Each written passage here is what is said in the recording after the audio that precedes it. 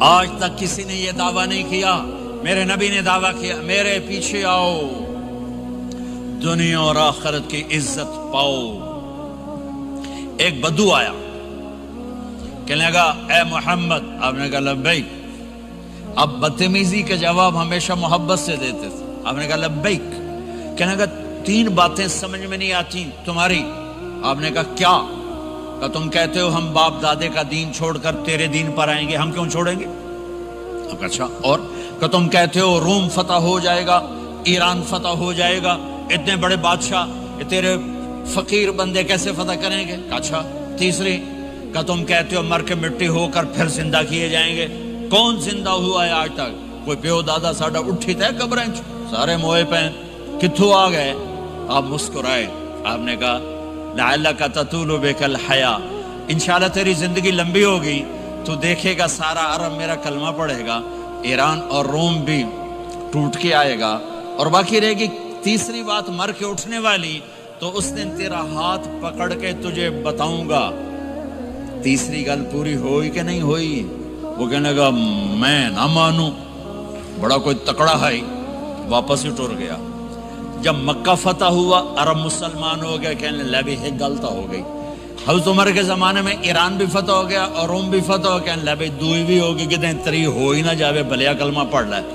تو اس نے کلمہ پڑھا اور ہجرت کر کے مدینے آ گیا اور زندگی مدینے گزاری۔ حضرت عمر جب وہ آتا ان کی مجلس میں، حضرت عمر اس کو فل پروٹوکول دیتے، تو صحابہ حیران ہوتے، ایک بدو کے لیے عمر جیسا بندہ پروٹوکول کیوں دیتا ہے؟ تو ایک دن انہوں نے فرمایا میں تمہیں بتاؤں میں سے کیوں پروٹوکول دیتا ہوں؟ میں اس مجلس میں تھا جس میں یہ آیا تھا، اور اللہ کے نبی نے اسے فرمایا تھا قیامت کے دن تیرا ہاتھ پکڑ کے تجھے یاد دلاؤں گا کہ موت کے بعد زندگی ہے کہ نہیں، اور قیامت کے دن جس کا ہاتھ میرے نبی نے پکڑ لیا جنت میں پہنچانے سے پہلے کبھی نہیں چھوڑیں گے۔ لہٰذا یہ بڑا خصوصی آدمی ہے، اس کو میرے نبی نے پکڑ کے جنت میں پہنچانا ہے۔ میرے بھائی بہنوں میں یہ کہنے آیا ہوں، اپنے ہاتھ چھڑا کر نبی کے ہاتھوں میں دے دو۔ میرے نبی ایک خوبصورت زندگی لے کر آئے جس میں کچھ حصہ عبادات، مختصر عبادات ہیں، نماز 5 وقت ہے، باقی کچھ نہیں، روزہ سال کے بعد ہے، وہ ابھی آ رہا ہے۔ میرے نبی پہ 9 رمضان آئے، 9 میرے نبی پر 9 رمضان آئے۔ مدینہ جانے کے بعد ہجرت کے دوسرے سال شعبان کی 2 تاریخ کو پیر کے دن روزے کا فرض ہونا نازل ہوا، اور میرے نبی ستمبر میں پہنچے ہیں مدینہ منورہ، اور رمضان یوں پیچھے جا رہا ہے، ستمبر سے اگست میں آیا ہے، اگست سے جولائی میں آیا ہے، اور جولائی سے جون میں آیا ہے، اور میرے نبی اللہ کے پاس چلے گئے۔ سارا رمضان میرے نبی نے گرمی کا گزارا، 9 رمضان سارے گرمی کے روزے، اور میرے نبی کی سحری ہوتی تھی 2 کھجور اور 1 گلاس پانی پر روزہ رکھتے تھے عام طور پر، کبھی کبھی کھانے کو بھی مل جاتا تھا، لیکن 2-3 کھجوریں اور 1 گلاس پانی، اس پر میرے نبی نے 9 رمضان گزارے، اعتکاف کر کے دکھایا، پورا مہینہ 20 دن 10 دن، پھر ساری زندگی 10 دن کا اعتکاف فرمایا شب قدر کی تلاش میں، اور امت کو خوشخبری سنائی۔ رمضان آ رہا ہے تو میں تھوڑی سی تفصیل بتا دوں۔ میرے نبی منبر پر آئے، کہنے لگے ماذا یستقبلکم وماذا تستقبلون، وہ کون آ رہا ہے؟ صحابہ وہ کون آ رہا ہے؟ پھر ہم نے کہا وہ کون آ رہا ہے؟ حضرت عمر کھڑے ہو گئے، یا رسول اللہ اوحی نزل، کیا کوئی وحی آ گئی؟ کہا نہ۔ کیا کوئی دشمن آ گیا؟ نہیں۔ تو پھر کون آ رہا ہے؟ آپ نے کہا رمضان آ رہا ہے، رمضان آ رہا ہے۔ جنت کے دروازے کھل گئے، جہنم کے دروازے بند ہو گئے، رات کی تراویح کی نماز ملی۔ آپ کا رمضان آج کل بڑا اوکھا ہوگا لیکن اجر بھی بڑا ہوگا۔ میں نے ایک دن پہلے واپسی رکھی بھی، 18 گھنٹے کون ہی تھے بھوکا رہے۔ آپ تو پھنسے ہوئے، میں تو نہ پھنسوں، تو اس کا اجر بھی اس کے مطابق ہوگا، اجر بھی اس کے مطابق ہوگا۔ تو میرے نبی کا سارا رمضان گرمیوں میں گزرا ہے، گرمیوں میں گزرا ہے، اور آپ نے 3 دن تراویح کی نماز پڑھائی۔ پہلے کسی امت پہ تراویح نہیں آئی، ہماری امت، اس امت پہ تراویح کی نماز آئی۔ پہلی امت کا روزہ مشکل تو ہمیں ایک آسانی ملی، قیس بن سرمہ، پہلی امت کا روزہ 24 گھنٹے 24 گھنٹے 24 گھنٹے، جب ہمارے اوپر رمضان آیا 24 گھنٹے، پہلا روزہ دوسرا روزہ۔ قیس بن سرمہ ایک صحابی ہیں، اونٹ چرانے والے، اگلا روزہ کیسے شروع ہوتا تھا؟ سورج ڈوبنے کے بعد آنکھ لگ گئی، روزہ شروع ہو گیا، روزہ شروع ہو گیا، جب تک جاگ رہے ہو کھاتے رہو، آنکھ لگی روزہ شروع ہو گیا۔ یہ گھر آئے، کہنے لگے بیوی سے کوئی افطاری ہے؟ کہنے لگے ویلے بیٹھے ہیں، کیسا کوئی نہیں۔ پھر کہنے لگے تو اتنا تھک کے آیا ہے تو چلو میں تیرے لیے کچھ انتظام کر کے لاتی ہوں۔ اب یہ تھکے ہوئے آئے تھے، یہ لیٹے اور آنکھ لگ گئی، سورج ڈوب گیا، بیگم کو آنے میں دیر ہو گئی۔ جب وہ آئی دیکھا تو سوئے ہوئے، کہا لگتا ہے ابن سرمہ، ارے سرمہ کے بیٹے تیرا تو کم ہو گیا۔ ان کی آنکھ کھلی، کیا ہوا؟ کہ اگلا روزہ شروع ہو گیا۔ تو ظہر کی نماز میں آئے مسجد میں تو بے ہوش ہو کے گر گئے۔ تو اللہ کے نبی نے پوچھا اس کو کیا ہوا؟ کہ یا رسول اللہ یہ سحری کے بغیر روزہ شروع کر دیا۔ تو میرے نبی کا دل ایک دم مٹھی میں آیا، تو میرے اللہ نے قرآن اتارا، چل میرے حبیب آپ کو رنجیدہ نہیں دیکھ سکتا، آپ کی امت کو اجازت ہے سحری تک کھاؤ، کلوا واشربوا حتی یتبین لکم الخیط الابیض من الخیط الاسود من الفجر ثم اتموا الصیام الی اللیل۔ رات کو آسانی کر دی، کھاؤ پیو۔ پہلے جب روزہ شروع ہوا تو ہر شے حرام ہوگی، بیوی بھی حرام ہوگی، خامد بھی حرام ہوگا، ہر شے حرام ہوگی۔ ایک دو واقعات اس طرح اوپر نیچے آئے کہ میرے رب نے سارا نظام بدل۔ ایک اور بدو آ گیا، یا رسول اللہ میں تو مارا گیا۔ آپ نے کہا کیا ہوا؟ کہ میں روزے کی حالت میں بیوی کے پاس چلا گیا۔ آپ نے کہا اچھا تو غلام آزاد کر۔ کہ میں غریب بندہ کہاں سے غلام آزاد کروں؟ آپ نے کہا تو پھر 60 مسکینوں کو روٹی کھلا۔ کہنے لگا میں آپ مسکین ہوں، میں کتوں روٹی کھواؤں؟ آپ نے کہا اچھا پھر 60 روزے رکھ۔ کہنے لگا ایک روزے آئے کم کیتا، 60 روزے کی تھک، ایک روزے میں یہ چاند چڑھایا، 60 روزوں میں کیا کروں گا؟ تو آپ بڑا ہنسے۔ آپ نے کہا اچھا بیٹھ جا۔ تھوڑی دیر گزری تو ایک صحابی آئے، یا رسول اللہ یہ صدقے کی کھجوریں ہیں۔ تو آپ نے او بھائی کتنے ہیں؟ جی بیٹھا چوریا، یہ لے جا اور مدینے کے 60 غریبوں کو دے دے۔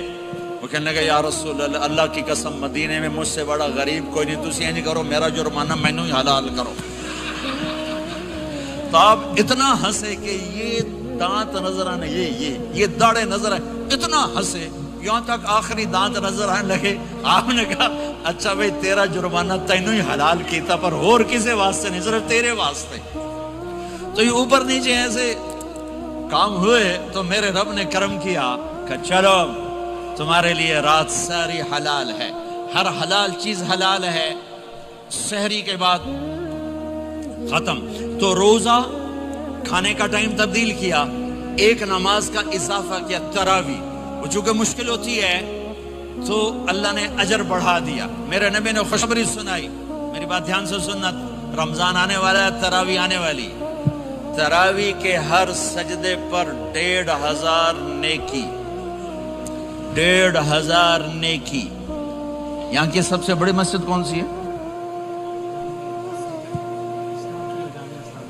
جامعہ اسلامیہ حسنہ کی مسجد والے 1500 نیکی آپ کو سمجھ میں نہیں آئے گی۔ ایک چھوٹا سا اشتہار لگا دیں، جو ہماری مسجد میں تراویح پڑھے گا اس کو $15 ملیں گے، ہر سجدے پہ $15۔ اگلے دن تسی دادیاں نہیں چاہ کے لے جاؤ، دادیاں تے تو لڑائی شروع ہو جاؤ، اما تو میرے نال ٹر، دادی تو میرے نال ٹر۔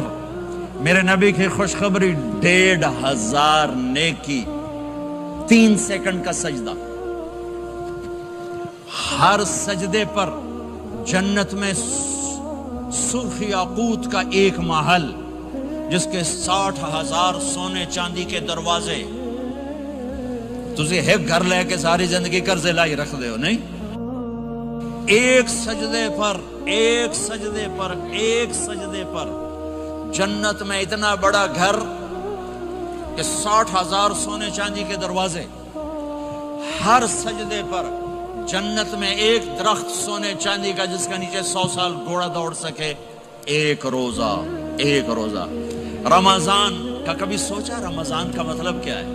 رمضان کو رمضان کیوں کہتے ہیں؟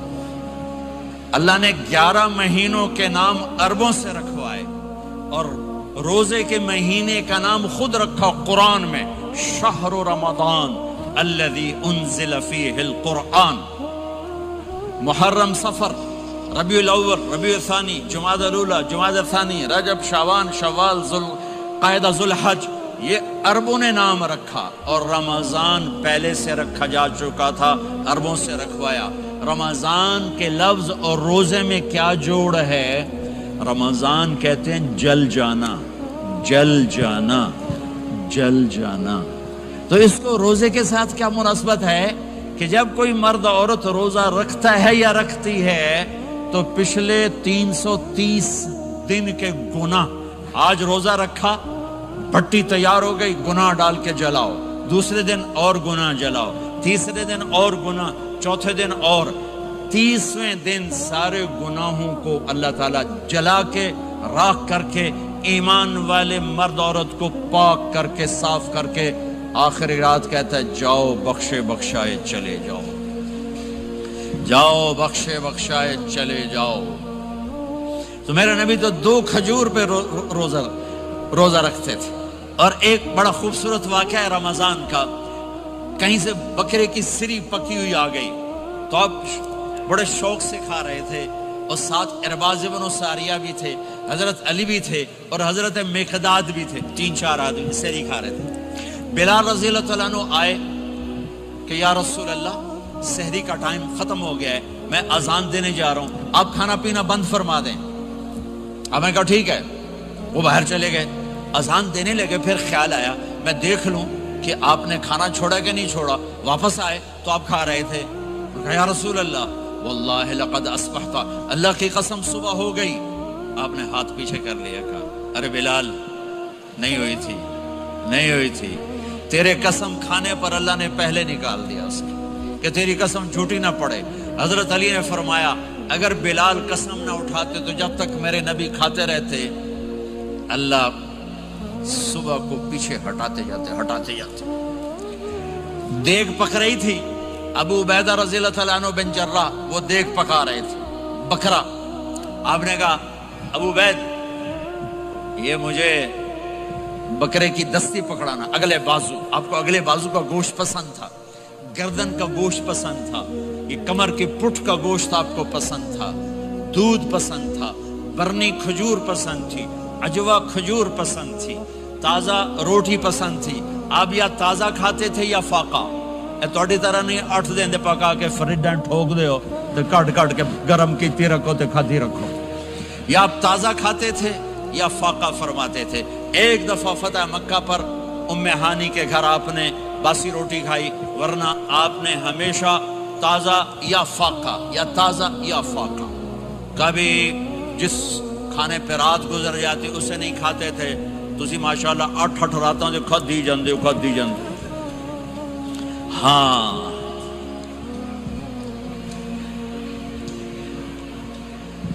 تو کہنے لگے عبید یہ دستی پکڑانا، تو انہوں نے ایسے بکرے کا بازو نکال کے پورا آپ نے یوں پکڑا، نوچ کے پھینکا، کہا دستی پکڑانا، انہوں نے یوں نکالا ڈوئی سر، آپ نے پکڑا، کھایا، کہا مجھے بکرے کا بازو دستی پکڑانا، کہا یا رسول اللہ بکرے کی 2 ہی ہوتی ہیں۔ آپ نے کہا تیرا بھلا ہو جائے، اگر تو میرے کہنے پہ ڈوئی ڈال دیتا، جب تک میں کہتے رہتا اللہ مجھے نکال کے کھلاتا رہتا، اللہ مجھے نکال کے کھلاتا رہتا۔ اللہ نے رمضان بھیجا ہوا ہے، رمضان آ رہا ہے، اللہ کی رحمتوں کا جنت کے دروازے کھل گئے، جہنم کے دروازے بند ہو گئے، ایک دوسرے کو معاف کر دو، روزے کی حفاظت کرو۔ آپ بہت سے بہن بھائی آئے بیٹھے ہو، لڑے ہوئے ہوگے، ناراض ہوگے، میاں بیوی لڑے ہوئے ہوں گے، بھائی بہنیں لڑی ہوں گی، رمضان آ رہا ہے، تیاری کرو۔ جیسے حج پر جانے سے پہلے معافی مانگتے ہو، رمضان سے پہلے بھی ایک دوسرے سے معافی مانگو، ایک دوسرے کو معاف کرو، ایک دوسرے کو درگزر کرو، خود جا کے معافی مانگ لو، اللہ آپ کا مقام اونچا کر دے گا، مرتبہ اونچا کر دے گا۔ آخری رات اللہ تعالیٰ فرماتے ہیں جاؤ تمہارے رات کی قیام اور دن کے روزے کے بدلے تمہیں سب کو معاف کر دیا، مانگو۔ اور ایک رات اللہ نے شب قدر بنائی جو 1000 راتوں کے برابر کر دی۔ وہ آج آپ کی تو راتیں ہی بڑی چھوٹی ہیں، 5 راتیں جاگ لو 3 گھنٹے دی بھی نہیں رات ہوندی، تو 5 راتیں جاگ لو 21 23 25 27 29، ان میں سے ایک رات ضرور شب قدر ہوگی۔ ایک رات کا جاگنا 80 سال کی عبادت سے بڑھیا ہو جائے گا، صرف ایک رات کا جاگنا، ایک رات کا جاگنا۔ ایک شرط ہے، دل میں بغض نہ ہو، نفرت نہ ہو، حقارت نہ ہو، کسی مسلمان کو حقیر نہ جانو بلکہ کسی انسان کو حقیر نہ جانو، تو آپ کی بندگی اللہ کی بارگاہ میں پہنچ کر آپ کے مقام کو اونچا کر دیں گی۔ تو عبادات میں ایک نماز ہے، پھر ایک روزہ ہے، پھر زکوٰۃ اور حج مالدار لوگوں کا فریضہ ہے، غریبوں کا نہیں ہے، متوسط طبقے کا نہیں ہے۔ تو عبادات کا جو نصاب ہے بڑا مختصر ہے۔ 5 نمازوں پہ کتنا وقت لگتا ہے؟ روزے سال کے بعد آتے ہیں، گنجائش ہے، بیمار ہو بعد میں رکھ لو، مریض ہو بعد میں رکھ لو، زکوٰۃ سارے سال میں کسی وقت دے دو، حج زندگی میں کب کسی وقت کر لو۔ یہ ایک چھوٹا سا نصاب ہے۔ دوسرا میرے نبی کی زندگی کا پہلو جسے میں ہائی لائٹ کرنا چاہتا ہوں، جو نمایاں ہے، جو روشن ہے، وہ میرے نبی کی زندگی ہے، وہ میرے نبی کے اخلاق ہیں، وہ میرے نبی کا درگزر ہے، میرے نبی کا پیغام محبت ہے۔ میرے نبی نے فرمایا اسلام کا سب سے مضبوط عمل کیا ہے؟ ایو اور الاسلام اوثق۔ صحابہ نے کہا الصلاۃ، نماز، آپ نے کہا نہیں۔ جہاد، آپ نے کہا نہیں۔ روزہ، آپ نے کہا نہیں۔ حج، آپ نے کہا نہیں۔ اسلام کا سب سے مضبوط عمل کیا ہے؟ صحابہ، نماز، جی نہیں۔ جہاد نہیں، روزہ نہیں، حج نہیں۔ اچھا یا رسول اللہ پھر کیا ہے؟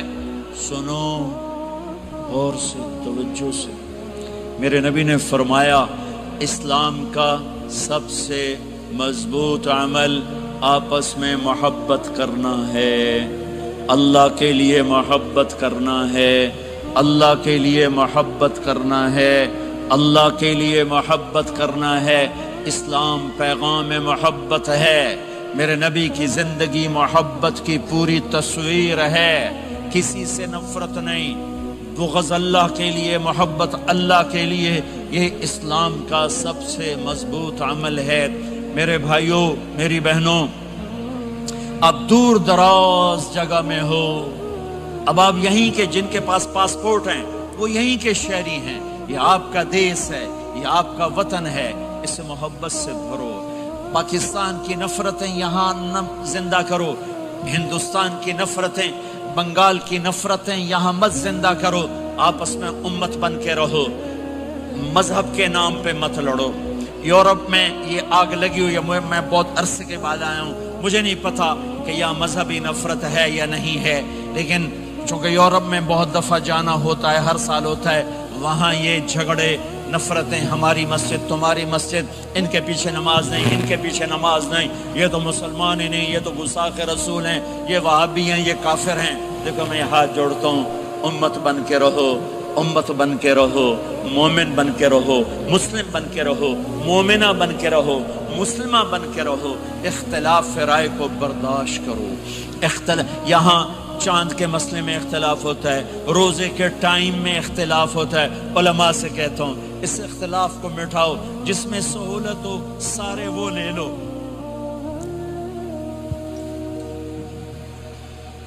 امت میں تفریق نہ پیدا کرو، یہ علماء کے سامنے ہاتھ جوڑتا ہوں، جس میں امت کو زیادہ سہولت ہو، ما خیر بین امرین الا اختار ایسرہما، 2 کام جب میرے نبی کے سامنے ہوتے تھے، جو مشکل ہوتا تھا چھوڑ دیتے تھے، جو آسان ہوتا تھا لے لیتے تھے۔ تو میرے بھائی بہنوں، یہ مذہب کی نفرت پاکستان میں، بنگلہ دیش میں اور انڈیا میں آگ لگی ہوئی ہے۔ امت بن کے رہو، امت بن کے رہو۔ اگر آپ اور میرا مسائل میں اختلاف ہے تو یہ ہماری محبت کو نہ ختم کرے، ہمارے تعلق کو نہ ختم کرے، ہماری نفرتیں نہ پیدا ہوں۔ اختلاف رائے شروع سے تھا، آج بھی ہے، آئندہ بھی رہے گا، لیکن اللہ کے واسطے اللہ کے واسطے، اللہ کے واسطے اس کو محبت میں بدلو، اس سے محبت میں بدلو، اس سے محبت میں بدلو۔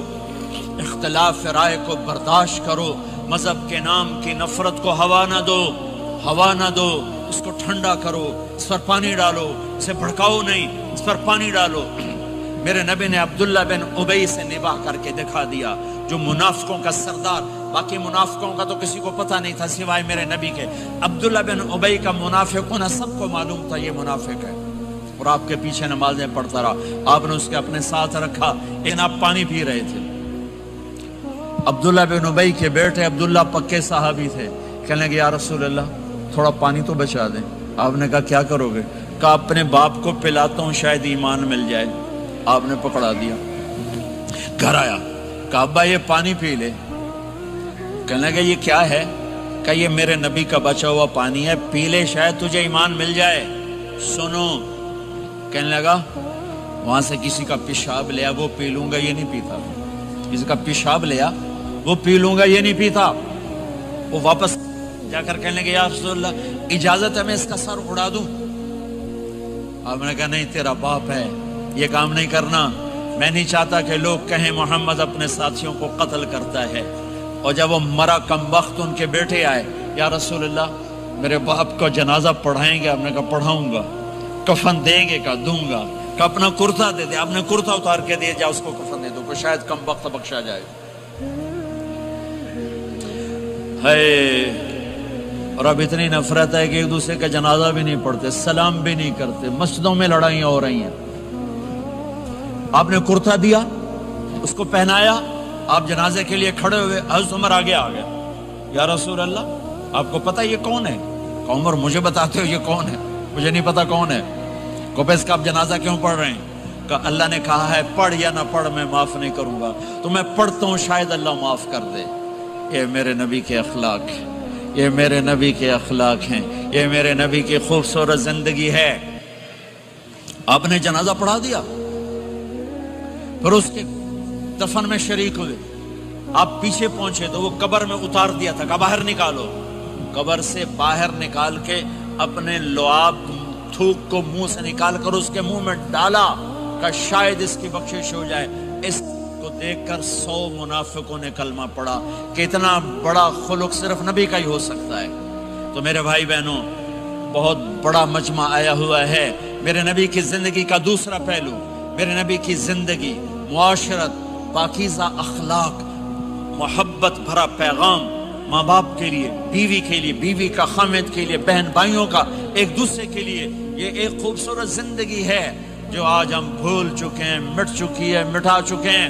میرے نبی کے خوبصورت اخلاق، میرے نبی کا درگزر کرنا، میرے نبی کا معاف کرنا۔ 21 برس قتل کے منصوبے بنانے والوں کو آپ نے کہا مکے والے جاؤ معاف کیا، جاؤ معاف کیا، ایک جملے پر جاؤ معاف کیا۔ یہ میرے نبی کا پیغام ہے۔ میرے نبی کے اخلاق سچائی، میرے نبی کے اخلاق دیانتداری، میرے نبی کے اخلاق صدق و امانت۔ سب سے زیادہ ہائی لائٹ جو مکی زندگی میں آپ کی صفت ہوئی، صادق امین، سچا امانت دار، سچے امانت دار۔ میرے نبی سے پوچھا گیا یا رسول اللہ مسلمان بزدل ہو سکتا ہے؟ کہاں؟ کنجوس بخیل ہو سکتا ہے؟ کہاں؟ یا رسول اللہ مسلمان جھوٹ بول سکتا ہے؟ کہ نہیں، جھوٹ نہیں بول سکتا۔ میرے نبی نے فرمایا یتبع المومن علی الخصال کلھا، ہر مسلمان مرد عورت بڑے سے بڑا گناہ کر سکتا ہے، لیکن اگر میرا امتی ہوگا دو نہیں کرے گا، دو نہیں کرے گا، دو نہیں کرے گا۔